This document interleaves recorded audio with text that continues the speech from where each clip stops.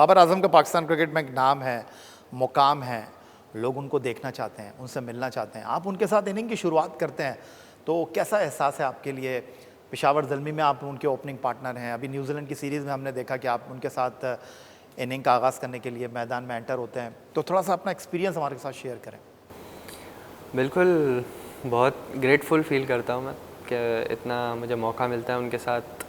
पिछले 2 साल से कर रहा हूँ, अब पाकिस्तान टीम में ओपन कर रहा हूँ, तो बहुत अच्छा महसूस होता है क्योंकि लाखों करोड़ों की आवाम है, उसमें लाखों बच्चे हैं, लड़के हैं जो उनके साथ बैटिंग करना है, बैटिंग क्या उनके साथ मिलना चाहते हैं और वो नहीं मिल सकते, बट मैं उनके साथ बैटिंग कर रहा हूँ, तो I am so grateful and बहुत कुछ सीखने को मिलता है उनसे of the field, on the field.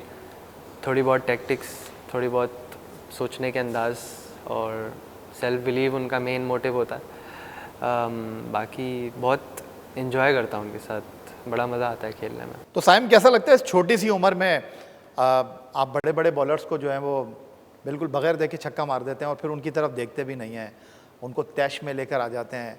अब तक जितनी भी क्रिकेट खेली है, कोई वाक़या हमारे साथ शेयर कीजिए कि आपने किसी बॉलर को छक्का मारा हो और उसके बाद उसका मूड ख़राब हो गया हो। मूड तो वैसे छक्का खाने के बाद कहाँ अच्छा रहता है? छक्का मारने के बाद ये चौका मारने के बाद सच मैंने किसी बॉलर का मूड ख़राब होते हुए देखा नहीं है, हाँ, बट टेस्ट मैच में स्टार्क का मूड ख़राब होते हुए देखा है मैंने। जब वो मुझे कह रहा था बार बार कि दोनों इनिंगों में 0 पे आउट हो गए तुम, दोनों इनिंगों में 0 पे आउट हो गए, तो मैंने उसको बोला मुझे लग रहा है कि तुम स्लो बॉल कर रहे हो आज।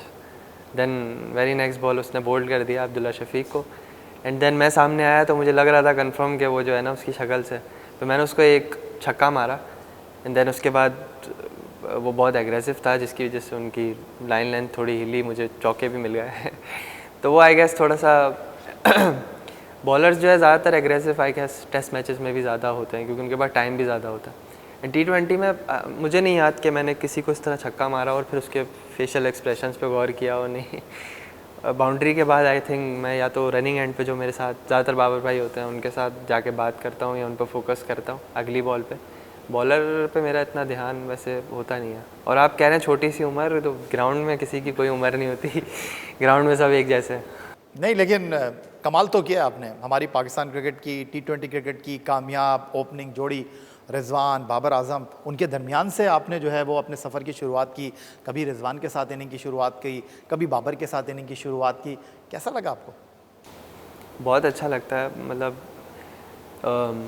बहुत सारे अच्छे हमारे पाकिस्तान के, मतलब पूरी पाकिस्तान की टीम है, इनके दरमियान आना ही मेरा ख्वाब था कि मतलब 2 साल पहले यही टीम थी जिनको मैं वर्ल्ड कप खेलते हुए देख रहा था और अब मैं साथ हूँ, तो मुझे बड़ा अच्छा महसूस, मतलब वो फीलिंग मैं डिस्क्राइब क्या करूँ अब वर्ड्स में। नहीं कीजिए, हम सुनना चाहते हैं, लोग देखना चाहते हैं। नहीं, मैं वर्ड्स नहीं है ना, अब दिल से मैं क्या, बस यही है कि बहुत अल्लाह का शुक्र अदा करता हूँ कि यहाँ पे इस मकाम पे हूँ, बट अब इस मकाम पे आ गया तो उसके आगे का सोचता हूँ कि किस तरह से उतना ही लोगों का ट्रस्ट और अल्लाह की तरफ से इज़्ज़त हासिल करनी है कि जिस तरह लोग कहते हैं ना कि बाबर भाई हैं या रिजवान भाई हैं या कोई और बैट्समैन है, तो जिस तरह उन पर ट्रस्ट है तो मैं अपने आप पे भी इसी तरह, अपना भी इसी तरह। तो जो लोग इस वक्त टेलीविज़न पर आपको देख रहे हैं, वो आप जब बड़ी इनिंग नहीं खेलते ना तो वो शिकवा करते हैं, यार साइम भाई हर गेंद पे चौका थोड़ी मारते हैं, हर गेंद पे छक्का थोड़ी मारते हैं, थोड़ा रुकिए, थोड़ा ठहरिए, थोड़ा इनिंग को लंबा करिए। एक बड़ी इनिंग की ज़रूरत तो है आपको। बड़ी इनिंग की ज़रूरत तो हर वक्त होती है, बस तो इस बड़ी इनिंग मैं को ये कैसे प्लान करेंगे, इस बड़ी इनिंग को कैसे खेलेंगे? वो प्रिपरेशन चल रही है ना, मैं आपको बता तो रहा हूँ कि मेंटल प्रिपरेशन और फिज़िकल दोनों चल रही हैं और इंशाल्लाह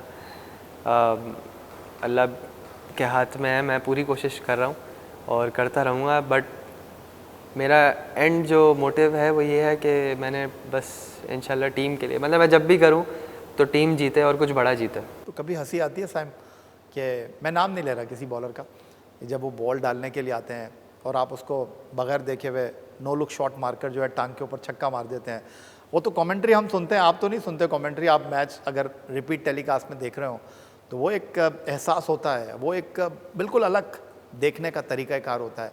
तो कभी फील किया आपने उस मोमेंट को कि वो बेचारा इतनी दूर से भागता हुआ आया और आपने उसको फ्लिक करके छक्का मार दिया, और फिर जब आप नॉन स्ट्राइकर एंड पे गए हों, आंखों में आंखें एक दूसरे की जो आई हों, क्या फील करते हैं?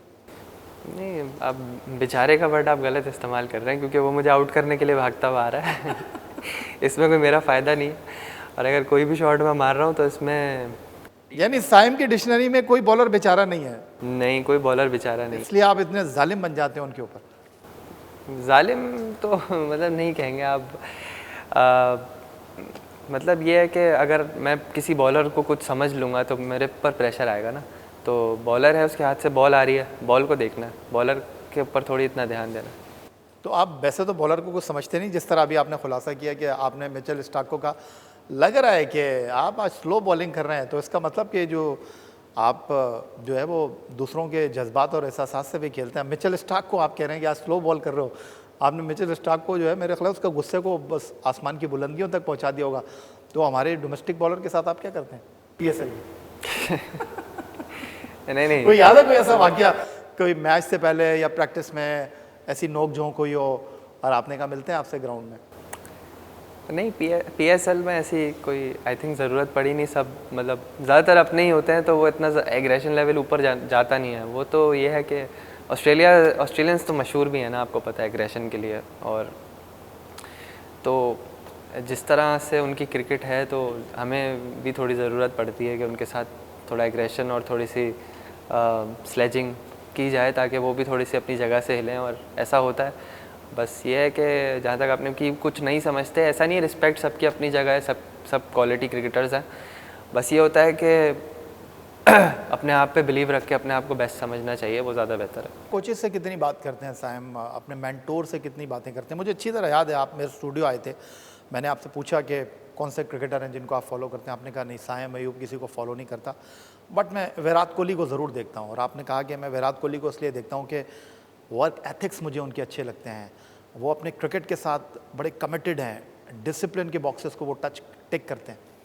जी, विराट कोहली का बिल्कुल मैंने ऐसे ही बोला था कि मैं उनकी बैटिंग की वजह से नहीं बोलता, बेसिकली उनके जो पीछे जो वो काम करते हैं, जिस तरह से वो डिसिप्लिन है, जो उन्होंने अपनी फ़िटनेस रखी हुई है, और वो उस चीज़ का मैं बड़ा फ़ैन हूँ। और फिर जिस तरीके से उनकी जो बात करने का अंदाज़ है, जिस तरह की वो बातें करते हैं, तो वो उससे यंगस्टर्स को बड़ी हेल्प मिलती है। वो अगर सुने गौर से, उनके लाइफस्टाइल को देखें कि वो कर क्या रहे हैं करियर में। और ऐसे एक दो और क्रिकेटर्स हैं, जैसे कि धोनी है और एक दो और हैं, तो वो मैं उस वजह से बोल रहा था। मैं बैटिंग की वजह से मैंने कभी भी किसी का भी नाम नहीं लिया कि मैं इसको फॉलो करता हूँ। बैटिंग तो मतलब सब अपनी जगह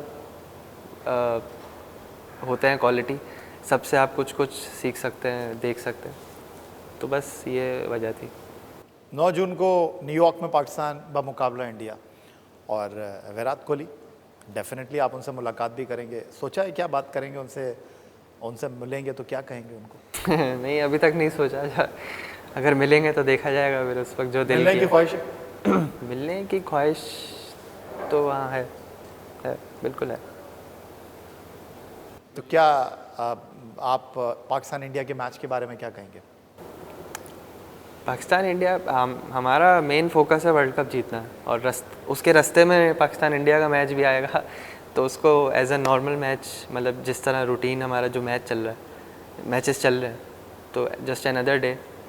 हम इस फैक्ट को डिनाई नहीं कर सकते कि वो प्रेशर मैच होता है सबसे ज़्यादा। मुझे तो लगता है आप जितनी खूबसूरत बैटिंग करते हैं, गुफ्तगू भी उतनी खूबसूरत करते हैं। आपने कहा कि पाकिस्तान इंडिया का मैच, हमें वर्ल्ड कप जीतना है और रास्ते में इंडिया का मैच भी आएगा, तो इस हडल को भी हमने अबूर करना है। खूबसूरत बातें भी कर लेते हैं आप।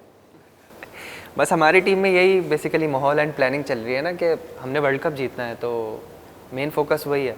And Pakistan India will be another just normal day, और उसको प्रेशर एब्जॉर्ब करके हम क्वालिटी क्रिकेट खेलेंगे इंशाल्लाह। वर्ल्ड कप जीतना है तो हर किसी का अपना रोल होगा, हर कोई जो टीम के 11 खिलाड़ियों का हिस्सा होगा उसने अपना किरदार अदा करना होगा। तो साइम अयूब को क्या किरदार मिला है, और साइम अयूब ने अपने लिए इस जीत में किन चीज़ों की जिम्मेदारी ली है?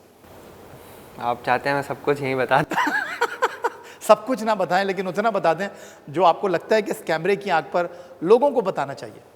नहीं, कुछ उनको स्क्रीन पे भी देखने दें, आप सब कुछ यहीं बुलवा देंगे आप। तो आपको लगता है कि 9 जून को जब पाकिस्तान इंडिया का मैच होगा, वो जो झंडे दोनों टीमों के चाहने वाले लेकर आएंगे, तो आप जब जाकर थोड़ा सा अटैक करेंगे, चौका मारेंगे जाते ही, तो रगों में जो खून दौड़ रहा है वो और तेज़ दौड़ेगा। पाकिस्तानी जो है वो सिर्फ पाकिस्तान जिंदाबाद की नारे लगाएंगे जब आप बैटिंग करेंगे। इसलिए जो है आपने अपने आप को रोक के तो नहीं रखा हुआ कहीं, इंडिया के मैच से ही शुरुआत करूँगा? मे बी ये तो अल्लाह ही जानता है अब क्या होगा क्या नहीं होगा। आई गेस कि वो माहौल अलग होता होगा, वो इन्वायरमेंट अलग होता होगा। बड़ा वो कहते हैं ना कि जब आप प्रेशर को एंजॉय करते हैं तो प्लेजर बन जाता है। आई गेस वो वाला है कि बड़े मैच या प्रेशर मैच या क्राउडेड मैच में हमने बस प्रेशर एब्जॉर्ब करना होता है। It's a mental thing. Cricket तो वही हो रही होती है, सिंपल बैट बॉल वही है, फील्डिंग वही है, और बाकी एज अ टीम हम लोग को आप एक दूसरे पे बहुत ट्रस्ट है, और यही ट्रस्ट इंशाल्लाह जो है ना काम आएगा, और इंशाल्लाह क्वालिटी खेलेंगे और बहुत अच्छे रिजल्ट्स होंगे इंशाल्लाह, यही उम्मीद है। T20 क्रिकेट में पहले 50 के आप इंतज़ार में हैं, आपको क्या लगता है कि पहला 50 आपका टारगेट है या आपका टारगेट पहले 3 हिस्सों की इनिंग है? पहले 3 हिस्सों की इनिंग, सेंचुरी नहीं। 3 मेरा टारगेट 50 या 100 नहीं है, मेरा target man of the match है, और मैं जितने भी करूं वो मुझे नहीं पता, बट मुझे टीम को मैच जिताना है। अब उसमें 50 भी हो सकते हैं, 70 भी हो सकते हैं, 100 भी हो सकते हैं, कोई भी फिगर आ सकती है। उसके फिगर के बारे में मैं नहीं सोचता, और मैच किस तरह जिताना है ये इस बारे में मैं ज़रूर सोचता हूँ। बड़े हम्बल हैं आप, बड़े मिलनसारी के साथ गुफ्तगू करते हैं। तो अब तक जितनी क्रिकेट खेली है, बेस्ट कॉम्प्लीमेंट क्या मिला है आपको?